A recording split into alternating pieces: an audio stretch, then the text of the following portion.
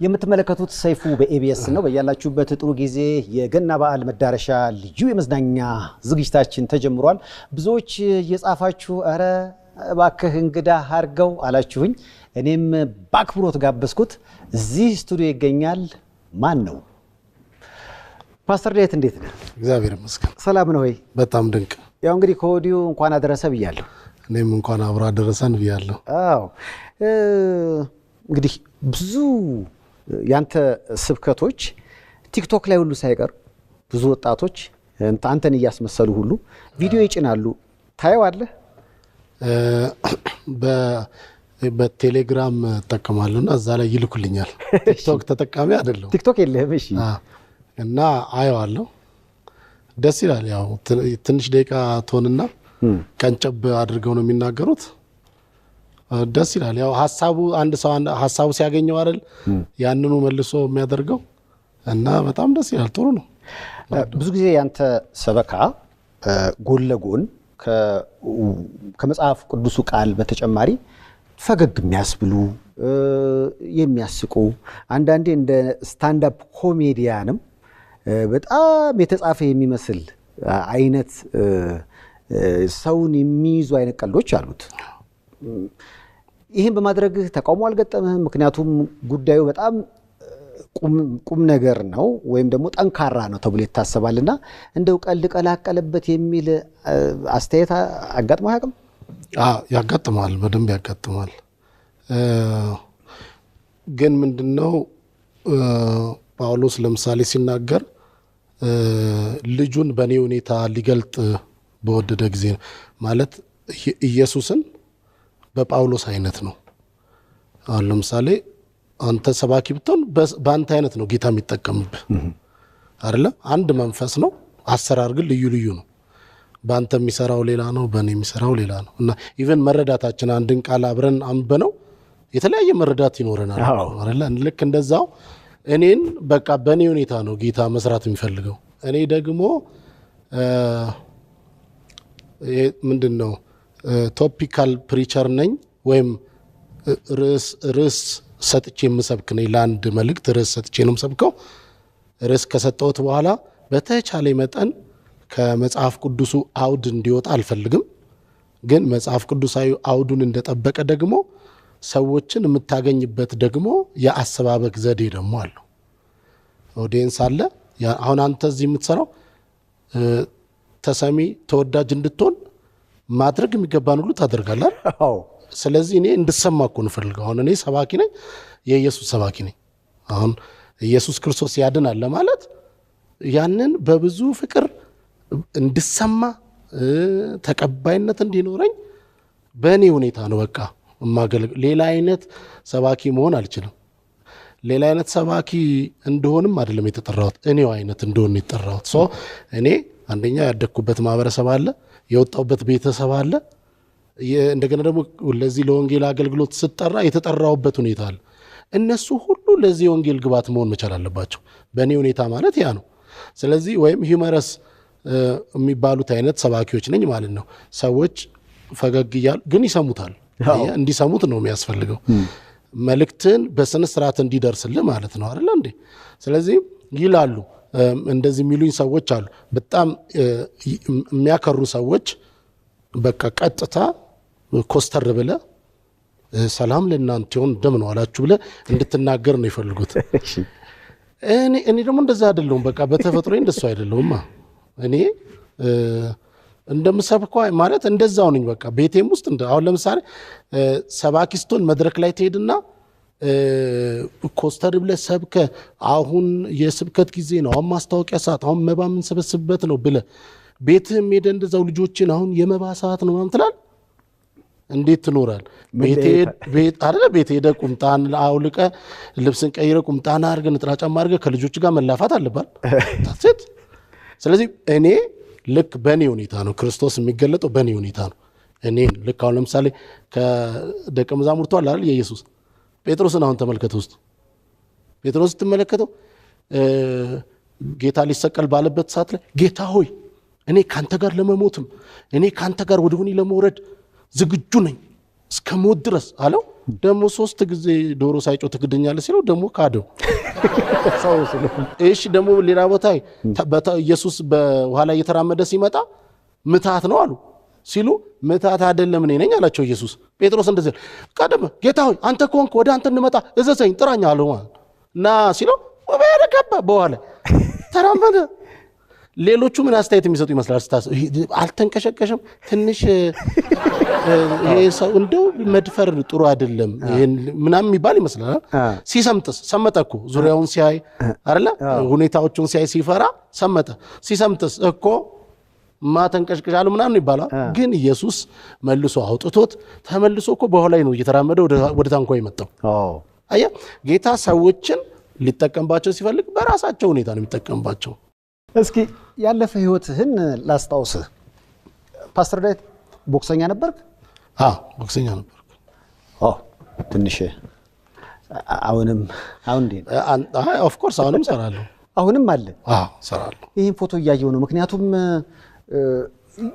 የቦክስ ህይወት ውስጥ በደንብ ፕሮፌሽናል ተቧቃሽ ይሄኛው ፎቶ አሁን እንደው የትኛውን ፓስተር ዳዊት ይሄ የናሽናል ቲም ማሊያ የለበስኩት እኔ ነኝና ቀይ ቁምጣና አረንጓዴ የኢትዮጵያ ብሔራዊ ቡድን ማሊያ ይሄ ነበር በጣም ቀጭን ነበርክ ኦፍ ኮርስ እዚህ ጋር ስንት ኪሎ ነው አሁን አይ ቲንክ ይሄ 57 ኪሎ ወይም 51 ኪሎ 57 ኪሎ ነኝ ይሄ ጌትነት ተክሌ ይባላል አሁን ራዲሰን ብሉ ነው የሚሰራው አገኘዋለሁ እና እኔ ሲኒየሩ ነኝ ለሱ ለቦክስ እሱ በጣም ፕሮፌሽናል ልጅ ነበር እስከ ቅርብ ጊዜ አሁን ነው የወጣው ይሄ ማለት ይሄ ፎቶ ያየው እኔ ቦክስ አቁሜ ማረሚያ ቤቶች ነበር የምጫወተው ነኝ ለማረሚያ ቤቶች ነበር የምጫወተው ከማረሚያ ቤቶች አቁሜ ኢህአዲግ ከገባ በኋላ ነው ይሄ ለመከላከያ ደግሞ ተጫወትኩኝ ባይዘው እዚህ ፎቶ ላይ ምነግር ነገር በመጀመሪያው ዙር ነው በኖካውት ነው የጣለኝ ልጁ ተሸንፈሃል ወድቄ ነው የመጀመሪያው ዙር ላይ ወድቄ ነው የወጣሁት እና የመጨረሻ ውድድር ይሄ ነው የመጨረሻ ውድድር ይሄ ነው በቃ ተዘረርክ ወጣ በቃ ወጣ ነው እንደው እልህ ግን አልያዘም እንደው አይ ስፖርተኛ ስትሆን እልሁ ለጫወታው ነው ባይዘው እኔ ቦክስ የመረጥኩበት ለምን እንደሆነ ታውቃለህ ሰይፉ ኳስ ነበርም ጫወታው መጀመሪያ እና 11 ሆነን እንገባለን እኔ መሸነፍ አልወድም እሺ ያው እንደምታውቀው የኛ ያ እንትኑ አለ አይደል ያበሻው መሸነፍ ያስጠላን የለ ስለዚህ እግር ኳስ ውስጥ እየገባው ሁሌ እንሸነፋለን እሺ እና ለዚህ አዲስ አበባ ስቴዲየም እና ጃልሜዳ እንጫወት ነበር በዲቪዚዮን ማለት ነው እና ደና 1-2 እየመራን እየሄድን 3 ገብቶብን 3-1 ተሸንፈን እንወጣለን ያኔ ማሊያዬን ለሁለት ሰነጥቀውና ሰደርያ አድርጌ ይወጣል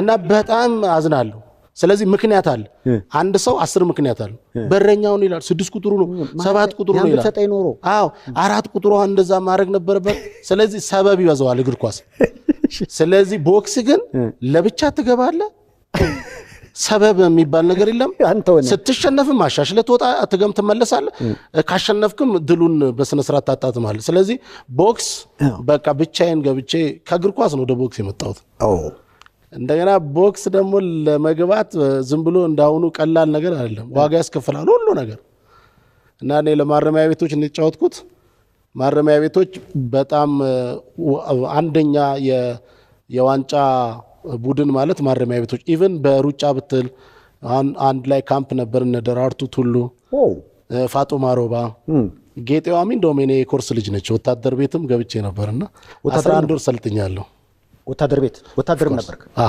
የሚገርም ታሪክ ነው ፖሊስነት ምክንያቱም ፖሊስ ካልሆንክ ለማረሚያ ቤቶች መጫወት አትችልም ስለዚህ እኔ 11 ወር ሰልጥኜ ሚሊተሪ ቤት ገብቼ ሚሊተሪ ሳይንስ ሰልጥኜ ሚሊተሪ ቤትም ከ1 እስከ 3 ባሉት ውስጥ ነው አንደኛው ወይ ከ1 እስከ 3 ባለው ወጥቼ ኦሬንት ሳት ተሸለም ያለው በወቅቱ የሀገር ውስጥ ጉዳይ ሚኒስትር የነበሩ ተስፋዬ ወልደ ስላሴ የሚባሉ ነበሩ በጣም ትንሽ ልጅ ነኝ የ16 ዓመት ምናምን ልጅ ነኝ ከሳቸው ኦሬንት ሳት ተሸለም ያለው በቃ በስፖርቱ ከዛ ነው ወደ ቀጥታ ከካምፕ ከ11 ወር ሰልጥኜ ተመርቄ ወደ ቃሊቲ ነበረ ካምፑ የማረሚያ ቤቶች እና እዛ ካምፕ መጣው ወንዶች ካምፕ ውስጥ ገባሁኝ እነ ዱቤ ጁሎ አሁን የፓርላማ አባል ናቸው አቶ ዱቤ ጁሎ እነ ሁሴን ሽቦ የናሽናል ቲም አሰልጣኙ በጣም ብዙዎች አብረን ነበርን በቅርበትም ተቀራርበን ካምፕ ውስጥ በደንብ አብረን ትሬኒንግ እየሰራን ነው ያደግነውና እዛው ማለት እስኪ ይሄን ፎቶ ላሳይ። በእርግጥም አንተ ነህ? አዎ ይሄ ቀጠናልክ ጸጉርህም ግጥም ቀደም እንዳልከውና ከዚህ ከቦክሱ ቀጭና ላይ ከሱ ቀጥታ የቦክሱን ትጥቅ አወለኩና ቀጥታ ጌታ ኢየሱስ ክርስቶስን የሕይወቴ አዳኝና ጌታ አድርጌ ተቀበልኩኝ። ከዛ መንፈሳዊ ትምህርቶችን መማር ጀመርኩኝ። ኮምፕሊትሊ ወደ ወንጌል ውስጥ ገባው፣ ተቀየርኩ ማለት ነው። እንደው በየመንገዱ ሁሉ ተሰብክ ነበር? አዎ በጣም ለምስል ፌርማታ ላይ ሰው በተሰበሰበበት ቦታ ተሰብክ ነበር በፊት? ቀደም እንዳልኩ ነው። አሁን እግዚአብሔር ሲጠራ ሰዎችን በእነሱ መልክ ነው የሚጠራው። እኔ ቀደም እንዳልኩ ወታደር ቤት ነበርኩኝ። ወታደር ማለት 11 ወር የሰለጠነ በጣም ዲሲፕሊን ያለው በቃ እስከዛሬ ለህይወት መርሄ ከጠቀመኝ ነገር አንዱ ነው ሚሊቴሪ ቤት። እኔ ሰው ሁሉ ሚሊቴሪ ቀመስ ቢሆን ብዬ የምመኝ ነው። ስርዓት አለኝ። ሰው እንዳከብር አድርጎኛል። ሲኒየሮች እንዳከብር አድርጎኛል።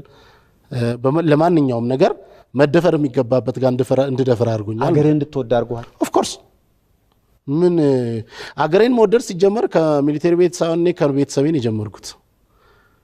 አገሩን ከሚወድ ቤተሰብ ነው የወጣሁት። ማለት ስለ ሀገር ምንነት እየተናገሩ ያሳደጉኝ። እኔ አሁን ከዚህ ከኮንቴክስቱ እንዳልወጣ ብዬ ነው። በሱ ላይ ተመልሼ ብዙ ማውራት እችላለሁ። ግን ወደዚህ አገልግሎት የገባሁበት ይሄ የምታየው ቅጥነት ከዛ ከቦክሰኝነቱ ቀጥታ ወደ ሰባኪነት መጣው። የጠየቀኝ ጎዳና ላይ ሰብካላር ኦልሞስት ከ5 እስከ 7 ዓመት እኔ በየፌርማታው ላይ እየዞርኩ ነው የሰበኩት። ማለት እንዳሁኑ ቀላል አይደለም። የፕሮቴስታንት ቸርች ወይም ደግሞ ጴንጤ በምንለው ቸርች ውስጥ ዝም ብለህ ገብተህ ከመሬት ተነስተህ የምታገለግልበት አልነበረም። ልዩነት ሊኖረው ይችላል። ምናልባት አሁን ከምናስበው ከምናየው ሰዎች ከሚያዩት ጋር ይለያያል። ኦልሞስት እኔ አሁን 25 ዓመት በጌታ ቤት ውስጥ አገልግያለሁ። ቀላል እድሜ አይደለም። በወጣትነቴ ነው የወጣሁት። ገና ትንሽ ልጅ ሆኜ ነው የወጣሁት። ስለዚህ ያ የቦክሰኝነቱ ድፍረት ቦክሰኛ ማለት ዝም ብሎ አይደለም።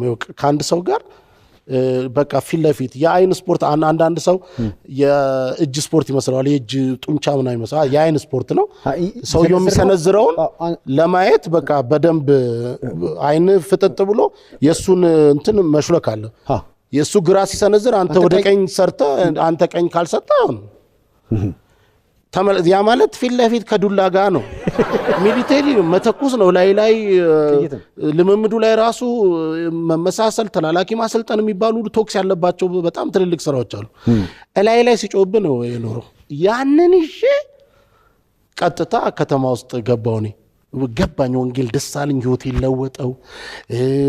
ቅም ነበር፣ ጥጣ ነበር፣ አጨስ ነበረ። ምንም የቀረኝ ነገር የለም እዚህ ምድር ላይ።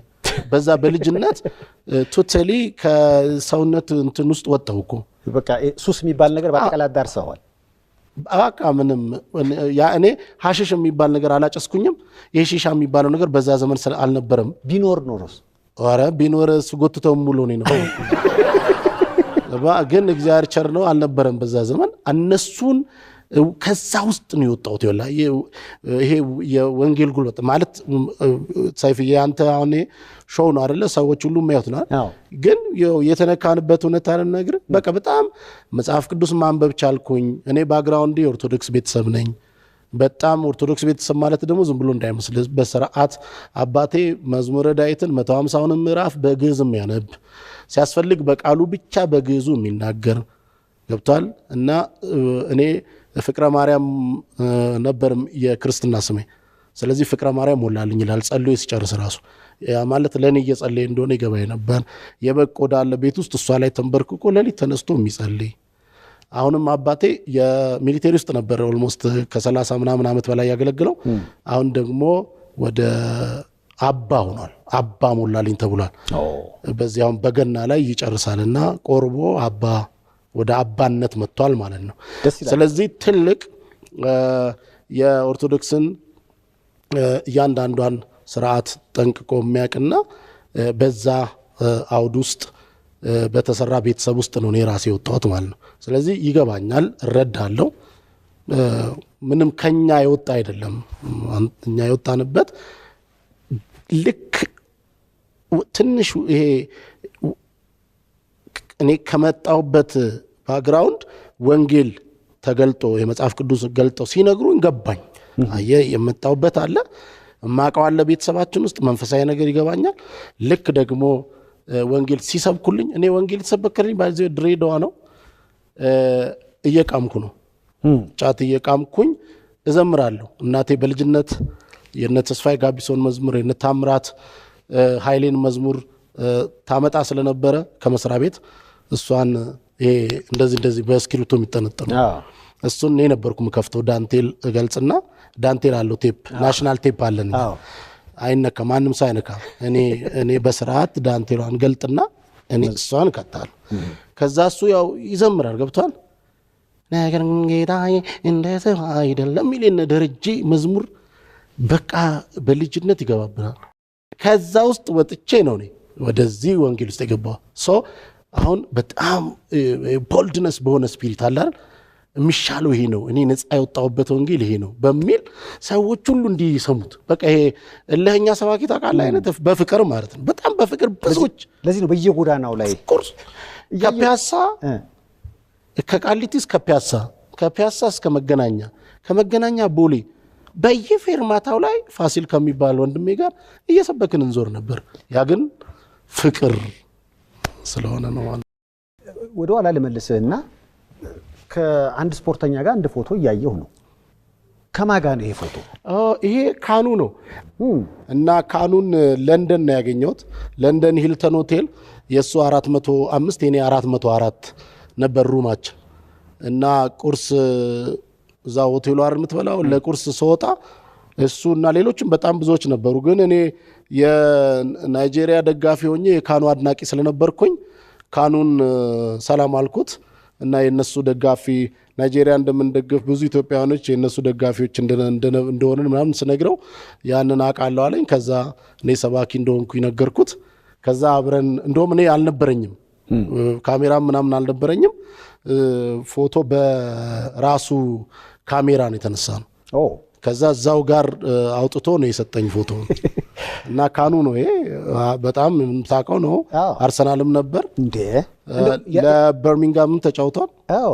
የኳስ ነገር ከተነሳ አንድ ሰበካ ላይ ቪዲዮ እንደውም ተመልክተ ነው እስኪ እንመለስ። ሮኒ የሚባል የማንቸስተር ዩናይትድ ተጫዋች አለ። እኔ ኳስ አያለሁ ጋሼ እና የቼልሲ ደጋፊ ነኝ። ጌታ የተባረከ አያለሁ። እናንተ አታዩም፣ በጸሎት ብቻ ነው እናንተ። እኔ አያለሁ ኳስ አያለሁ እና የማንቸስተር ዩናይትድ ተጫዋች ነው ሮኒ። አሁን ቅርብ ጊዜ የ5 ዓመት አስፈረሙት። የ5 ዓመት ሲያስፈርሙት በሳምንት 300,000 ፓውንድ ነው ደሞዙ።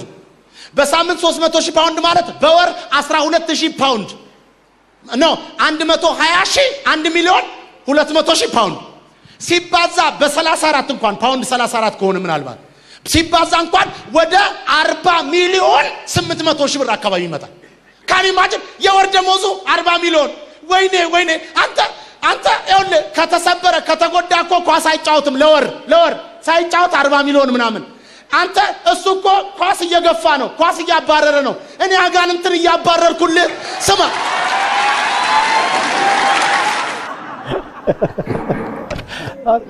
እዲ ቪዲዮን ስታዩን ይሰማል። ምክንያቱም ብዙ ደስ ይለኛል። በጣም ነው ደስታው። የራሴን ቪዲዮዎች ብዙ የራሴን ቪዲዮዎች እንትና ተመልካች አይደለሁም። ለምን የሰዎችን ነው ማየው። ያው ከሌሎች ጋር ያለን ነገር ለመማር ነው ብዙ ጊዜ እንወስደው። ግን የራሴን ሳይ በቁም ነገር በእውነት በጌታ ፊት ሙሉን እየሳኩ ነው የምሰማው ነኝ። እና አሁን እዚህ ጋር ለምሳሌ ተናገርኩበት እኛ ሀገር ላይ ይሄ ገንዘብ የሚባለው ነገር በጣም ትልቅ ኢሹ ነው። እንደ ቁም ነገር ነው። አንድ ሰው ለምሳሌ ሌላ ሀገር አይዲያ በጣም በብዙ ሚሊዮን ይሸጣል። እኛ ሀገር ምንድነው አንድ ደቂቃ ስላወራህ ነው ምናምን ነው የምትባለው። እንደ ቁም ነገር አይታይም። ሰዎች ጋር ያሉ ታለንቶች ክብር አይሰጣቸውም። እያልኩ ያለሁት እዚህ ጋር ምንድነው አንድ ለምሳሌ እኔ ቼልሲ ደጋፊ ነኝ አልኳቸው። ነህ ግን አሁንም አይደለም። አሁን ከዛ ደግሞ እኔ ሮኒ ማን ነው ሞሪኖ የሚባሉት አሰልጣኝ እንትን ነኝ፣ ደጋፊያቸው ነኝ፣ አድናቂያቸው ነኝ። ለምን ነው እሳቸው ስለ አሁን 2-1 ተሸነፉ ምናምን ሲሏቸው አይ አሁን እኔ ስለሱ ማብራራበት ጊዜ አይደለም፣ አሁን በሱናሚ ስለተጎዱ ሰዎች የማስብበት ነው ይላሉ። ሰውየው በትንሽ እንትን ናቸው፣ ኦድ ናቸው። እና ከዛ ደግሞ እዚህ እኛ ሀገር ላይ ይጠሏቸዋል ብዙ ጊዜ። ለምን ሰውየው እኔ ደግሞ ሰው የሚጠላው ሰው ጎን ደግሞ መቆም ደስ ይለኛል። ማለት በቃ የተጠላበት ምክንያት ሳይኖር ነው። አሁን እንግሊዝ ሀገር አሰልጣኝ የሆኑ ሰውዬ አበሻ መጥላት ምን ማለት ነው? ማለት እስቲ አስበው አንተ ራስ ለምን እንዴት ሞሪኖ የሚባል ሰውዬ ስለምወዳቸው ከዛ እሳቸው ማንቸስተር ሲመጡ ማንቸስተር ደጋፊ ይሆናሉ።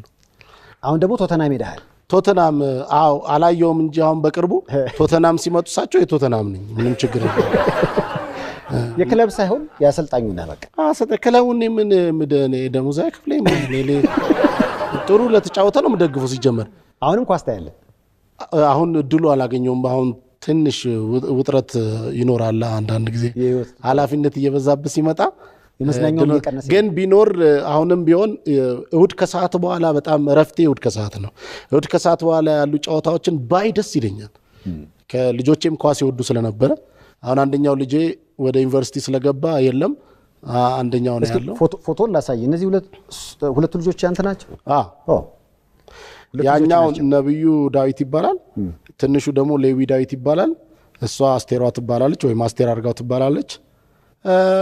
በጣም የሚደንቅ ቤተሰብ ነው የሰጠኝ እግዚአብሔርና እኔ በቤተሰብ በጣም አምናለሁ። እና አሁን ትልቁ ልጅ ጀርመን ሀገር በርሊን ነው ያለው እና በርሊን የሁለተኛ ዓመት ዩኒቨርሲቲ ተማሪ ነው። ግን እዛው ከነጮቹ ጋር አሁን 12ኛ ዲቪዚዮን ነበር፣ አሁን 7ኛ ዲቪዚዮን ላይ ኳስ እየተጫወተ ነው። ተስፋ አለው። ኦፍ ኮርስ ለሁለቱም ለሀገራችንም ተስፋ አላቸው። እኛ ሀገር አሁን በጽድቅና በችሎታ ሲጀመር ተስፋ አላቸው ብዬ አስባለሁ። በጽድቅና በችሎታ አልተጀመረም፣ እስካሁን አልተጀመረም ማለት ያው አልተጀመረም። ሲጀመር ግን ያንዴ ሲጀመር እነሱ አድገው ትልቅ ካልሆኑ እስከዛ እግዚአብሔር ከረዳን ለውጥ ይኖራል ብለን እናስባለን። ምንም አይደለ? እንደ የትዳር ነገር ካነሳ አንድ ቪዲዮ ላይ በተለይ ሴቶች ካገቡ በኋላ ራሳቸውን ይጥላሉ የሚል ቪዲዮ ደግሞ በጣም አነጋጋሪ ነበር። እሱን አይተን እንመለስ። እሺ። በተለይ ደግሞ እህቶች በጣም ነው የምትገርሙት። ብዙ ነገር መስራት ስትችሉ፣ ብዙ ነገር መሆን ስትችሉ፣ በተለይማ ካገባችሁ አግብታችሁና እና 6 ዓመት ካለፈ 35 40 ላይ ከገባችሁ በቃ የሌለ ነው የምትሆኑት። በቃ አሁንማ በቃ እንደ እኔ ነገር እውነቴን እኮ የብዙ ጋብቻ እኮ ችግር እኮ ነው። ታውቃላችሁ ሴቶች በደንብ እህቶች በደንብ ስሙኝ። ጌታ ምስክር የሚጠቅማችሁ ነው ነገራችሁ። እንዴ ምን ነክቶሻል አንቺ ገና በ35 ዓመትሽ ቤት ውስጥ በቃ ነገር አለ ምን ኮተውሽ? በጣም ነው እኮ የምትገርሙት እኮ። እንዴ ባሎች ምን ያድርጉ ወንዶቹ? ለምን አመሸ ምናምን ለምን አያምሽም? አንቺ እኮ ቤት ውስጥ እኮ እንደ 35 ዓመት መሆን አቅቶሽ በቃ እንትኑን የምትለብሽው ሁሉ ስቶኪንግ እዚህ ላይ አድርገኝ እንዴ አታፍሪም እንዴ ትንሽ? እውነቴን እኮ ነው ጌታ በጣም ይኸው ስቶኪንግ ውሸት ነው። ስቶኪንግ ይኸው ስቶኪንጉን እንደዚህ አጥልቀው በእውነት በጌታ ቤት የባሎቻቸውን 2 አይነት ካልሲ እዚህ ጋር እንደዚህ ከዛ በኋላ ሲመጡ የን ፊትሽን በባዝሊን ለወቀው ላይ ስለዚህ ባለቤት ሲመጣ በቃ ኒንጃ ነው የሚጠብቀው ማለት እንደ ስታንድ አፕ ኮሜዲ ነው። ብዙዎች አሁን ይቀባበሉታል። አሁን ረጅም አመቱ ነው እንግዲህ 10 ምናምን አመቱ። ጸጉርህም ኦፍ ኮርስ ዛጋ ግጥም ያው አብሮ የሚቀጥል ነገር የለም። አዎ አንተም ጸጉር እንዳለው ሰው እንትወስ እኮ ጸጉር ማለት እንዳፍሮ ነው የጠየቀኝ።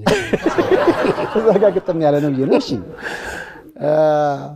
ኤኒዌይስ ይኸውልህ አሁን እኛ እናልፋለን ማለት እናልፋለን። እንግዲህ ደግሞ ካለፍን በኋላ ነፍሴም ያው ዘማሪው ነፍሴም ወደ አምላኳ ስጋም ወደ አፈሩ ላይ መለስ ቶሎ ቶሎ ብዬ ስራዬን ልጨርስ እንዳለው ነፍሳችን ወደ አምላኳ መሄዱ አይቀርም። ማለት በጥሩም ቦታ ያስቀምጣት በመጥፎ ቦታ እንደ ስራችን ይከፈለናል። እኛ ደግሞ ስራችንን እኛ ሰርተን እንችላለን ካልን ኃላፊነቱን እንወስዳለን። ግን ክርስቶስ በሰራው ስራ ደግሞ እኔ እገባለሁ ብለን ካመንን ጌታን የመቀበሉ ሚስጥርም እዛ ጋር ነው ያለው። እኔ እንደሚሞት ከዚህ ምድር ላይ መጥቶ ከዛ ደግሞ እንደሚሞት ጊዜውን በጨረሰ ሰዓት እንደሚሞት ሰው ማሰብ አለብን ብዬ አስባለሁ። ስለዚህ እዚህ ምድር ላይ የሚጠቅምን ነገር መናገር አለብን ስናገለግልም።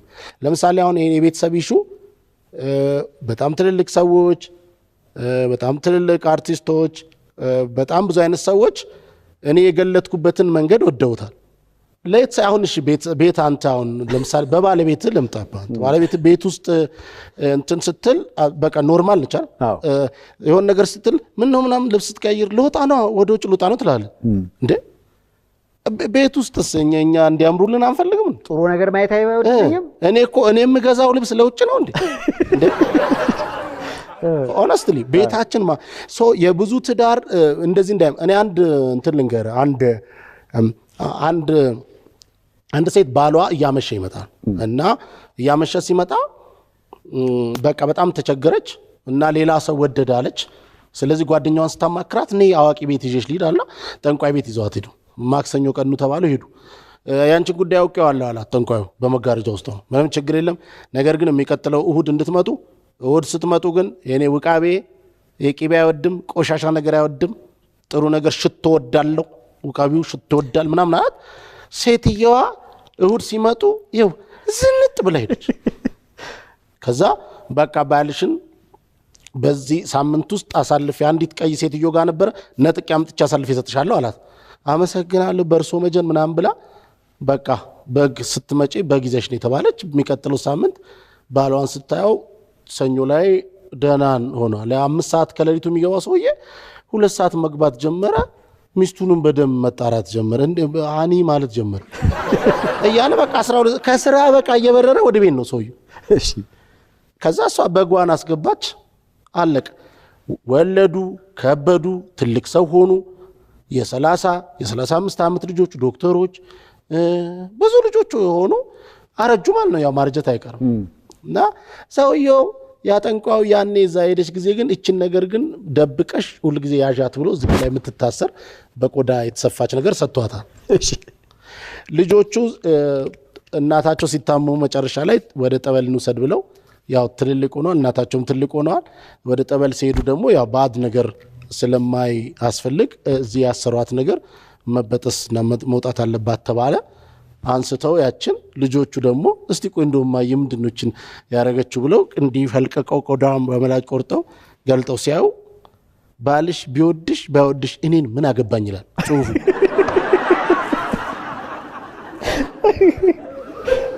ቢወድሽ ባይወድሽ እኔ ምን አገባኝ ይላል። ስለዚህ ሰውየው ጠንቁሎም አይደለም አውቆም ሳይሆን በቃ ሴትዮዋን ጽዳቷን እንድትጠብቅ ነው ያደረጋት። ባልየው ደግሞ ጸድታ ሳይሆን ወደዳ ባልየው ጸጉራን ተኩሳ ሽቶ ተቀብታ ሳይ ምን ለምንድን ነው ከቤት የሚወጣው? ሌላ ፍለጋ ሌላ ምን ውስጥ ለምን ይገባል? በጀመር ትዳር ከገቡበት በኋላ የሚያሳምሩት ነው እንጂ የበለጠ የሚጥሉት አይደለም። ማለት ለምሳሌ በእጮኝነት ሰዓት የምትዋደደው የምትቀባበለው የበለጠ እየተቀባበልክ ነው። አሁን በጋብቻ 25 ዓመቴ ነው። ዝም ብዬ ቅርብማ አይደለሁም እኮ ገብቷል። የ20 ዓመት ልጅ አለኝ። አዎ መጀመሪያው ልጅ 20 ዓመት ነው። 25 ዓመት ነው በጋብቻ ያለሁት። እንግዲህ እሷም ይሄን ትመለከታለች። በምንም አይነት ሁኔታ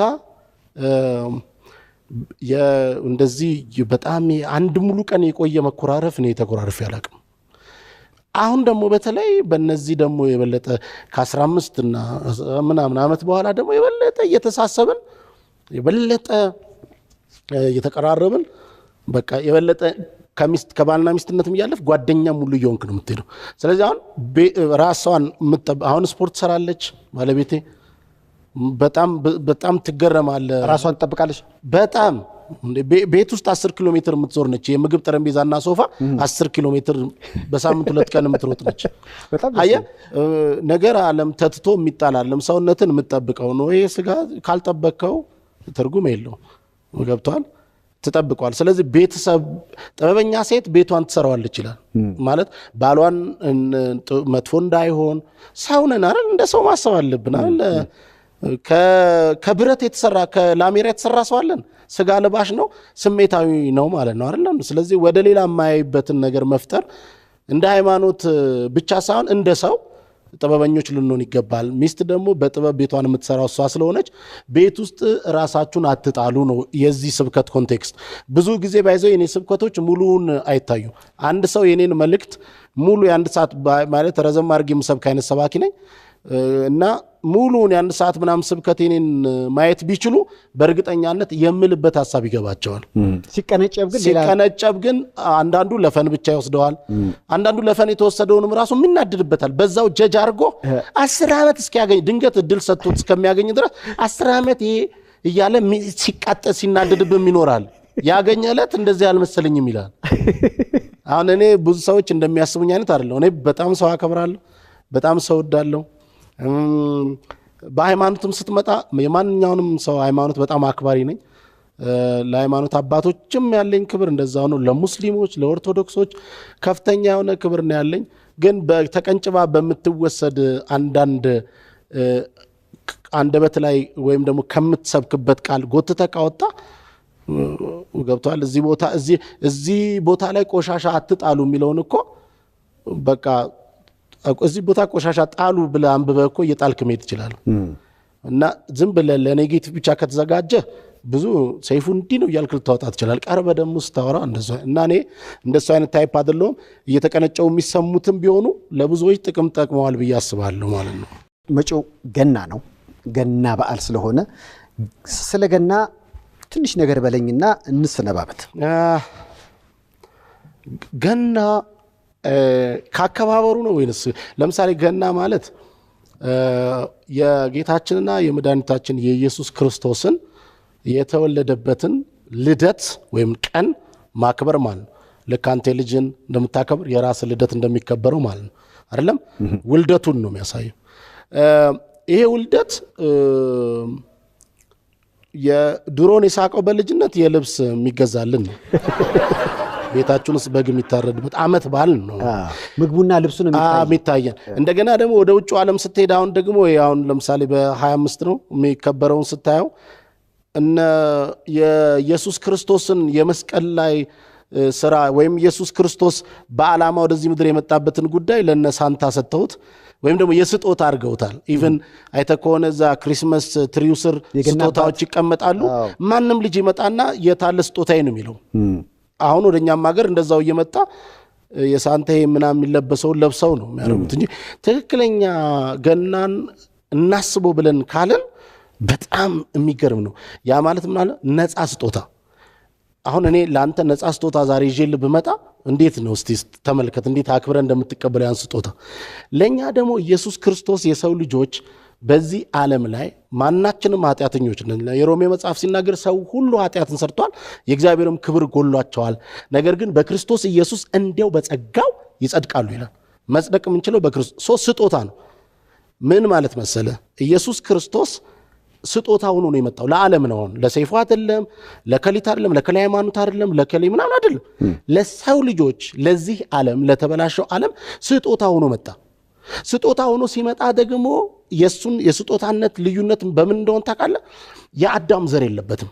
ከእመቤታችን ድንግል ማርያም ያለ ወንድ ፈቃድ የተወለደ ነው ኢየሱስ ክርስቶስ። ይሄ ለምን ሆነ ስትል ከሰው የተወለዱት ሁሉ በነቢያቱን ከብሉይ ኪዳን ጀምረ ስትመጣ ማንም ይህንን ዓለም መቤዠት አይችልም፣ ወይም እናንተን ማዳን አይችልም። ለምን ብትል በአዳም በሰራው ኃጢአት ምክንያት የውርስ ኃጢአት አለብን። ሁላችንም የአዳም ዘሮች አይደለም? በደማችን ውስጥ የውርስ ኃጢአት አለብን።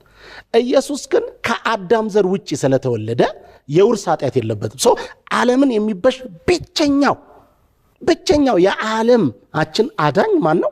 ኢየሱስ ነው ማለት ነው። ይሄ ስጦታ ነው ለዓለም የተሰጠው። ዛሬ አሁን ገና የሚባለውን ስናስብ ማሰብ ያለብን ለእኛ የሚመጣ ስጦታ ኮልኮሌ አይደለም። ይሄ ዛፍ ስር የሚቀመጥ ካርቶን ምናም ጭራሽ ሊታሰብ አይገባውም።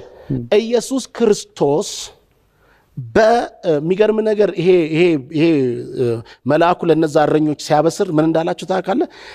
በዛ በግርግም ውስጥ ባይዘ ዮሴፍ ኢየሱስ ክርስቶስ እንግዲህ በዳዊት ቤትና በዳዊት የዘር ሐረግ ውስጥ አይደለም ያለው። ስለዚህ ቄሳር ህዝብ ቆጠራ እንዲደረግ ዓለሙ ህዝብ እንዲቆጠር ሲያደርግ ሁሉም ሰው ወደየ አገሩ ሄዶ አይደለም ህዝብ ቆጠራ የሚያደርገው። ስለዚህ ወደ ቤተልሔም መጣ፣ ወደ ከተማ ወደ ይሁዳ ከተማ መጣ ማለት ነው።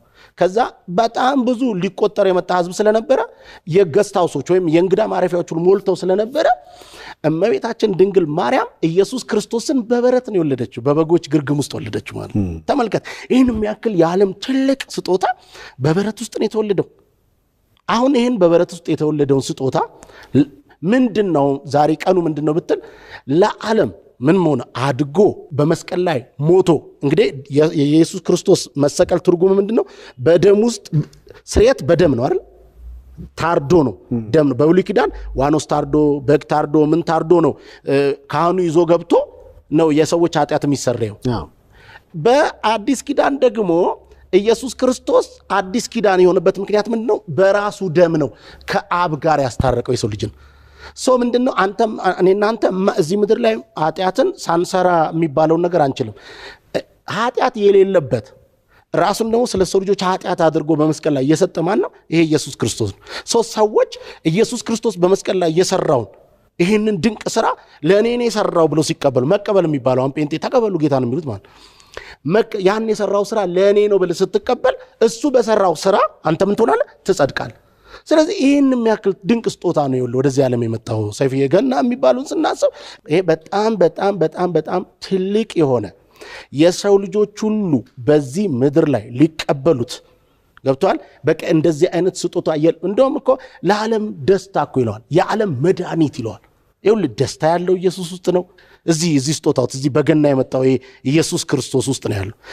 ደስታው፣ ሰላም፣ መድኃኒትነት ኤቭሪቲንግ ያለው እዚህ ውስጥ ነው። ስለዚህ ሰዎች ገና የሚባለውን ነገር ሲያስቡ እየጠጣን እየጨፈርን የምንዘፍንበት ሳይሆን ለዓለም ቤዛና መድኃኒትና ደስታ የሆነውን ኢየሱስ ክርስቶስን ስጦታ ተደርጎ የተሰጠበት ቀን እንደሆነ እያሰብን እየዘመርን ልናከብረው የሚገባ ቀን ነው ማለት ነው። ከልብ አመሰግናለሁ ፓስተር ዳዊት። እንግዲህ ስለሆንክ መልካም በዓል ብያለሁ። እኔም መልካም በዓል ለሁላችሁ ለመላው የኢትዮጵያ ሕዝብ። ገና ደግሞ ስናስበው ከዚህ በኋላ በምድራችን ላይ ክፋቶች፣ ጥላቻዎች ሁሉ ርቀው ተወግደው አሁን የምንሰማው መጥፎ ነገር ሁሉ ጠፍቶ ይኸውልህ በቃ አንድ መሻሻል ያለብንን ነገር ልንገርህ። ሰው በሰውነቱ የምንቀበልበት የእኛ ሀገር በጣም መሰረታዊ ችግር ምን እንደሆነ ታውቃለህ? ሮቦት የሆነችውን ሶፊያ የምትባለዋን እሷን ጋር ፎቶ ለመነሳትና ከሷ ጋር አብሮ ለመቆም ተጋፍተን እየሄደን ክቡር በእግዚአብሔር አምሳል የተፈጠረውን ሰው በዘርና በሃይማኖት በቋንቋና በነገድ ለይተን እንባላለን። ይሄ በጣም በጣም ጠያፍ የሆነ ነገር ነው። ስለዚህ ምድራችን ከዚህ አስተሳሰብ ነፃ መውጣት አለብን። ማሰብ ያለብን እንደ ሰው ነው። እኔ አሁን ዛሬ አንተ ጋር ኮትና ሱሪ ለብሼ አልነበረም መምጣት የፈለግኩት። የሀገር ባህል አይደለ? የሀገር ባህል ልብስ ነበር ለብሼ መምጣት የፈለግኩት። ግን ምን አይነት ጨነቀኝ። አየህ የትኛውን የባንዲራ አይነት ለብሼ ልምጣ? አየህ ሰይፍ እና ይሄን በእውነት ሁላችንም ባገኘ ላይ ሁሉም ስለቆመ በተገኘው አጋጣሚ ሁሉ የህዝባችን ሰውነት ወደ ሰውነት መመለስ አለብን። በቃ ሰው ነን። ኢየሱስ ክርስቶስም ይሄ አሁን የምናወራለት ገና ከነገድ ከቋንቋ ምን ብሎናል? ዋጅቶናል። በደሙ ሰው ነው ያደረገን። አየህ ሰው ሆነናል። ስለዚህ በዛ ሰውነት ነው ልናስብ የሚገባው። የመጣንበት ጎሳ፣ የመጣንበት ዘር፣ የመጣንበት አገር፣ የመጣንበት ጎጥና ከተማም አለ። ከሱ አስተሳሰብ ወጥተን ሰው በእግዚአብሔር አምሳል የተፈጠረውን ሰው አይነት አስተሳሰብ እንድናስብ ኢየሱስ ክርስቶስ የሞተው ለሰው ነው።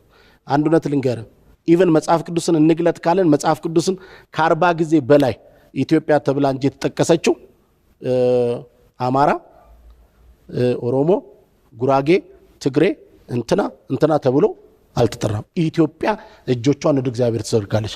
ራሱ እግዚአብሔር ኢትዮጵያን የሚያውቃት እንደ ኢትዮጵያ እንጂ ወይም እንደ አማራ ወይ እንደ ኦሮሞ ወይ እንደ ጉራጌ ወይ እንደ ትግሬ አያውቃትም ማለት ነው። ስለዚህ ሁላችንም ከእንደዚህ አይነቱ እንውጣ። ያንን ማንነት የመጣንበትን እንካድ አይደለም፣ ገብቷል? እንካድ አይደለም። በዛው መተን ግን ሰው ነን። ከቻልን ከቻይናውም ይሄው ቻይናዎች ገጠር ውስጥ ከኛ ጋር እየሰሩ አይደል? እንደውም እየተዋለዱ አይደል እንዴ? ጻት በቃ ሰው ክቡር ነው። በዚህ አስተሳሰብ ሁላችንም እግዚአብሔር ይርዳን ብዬ አስባለሁ። በተረፈ አመሰግናለሁ ሰይፉ። ከልብ አመሰግናለሁ ሰይፉ። በኢቢኤስ ከተከታዩ መልእክት በኋላ እንደገና ይመለሳል።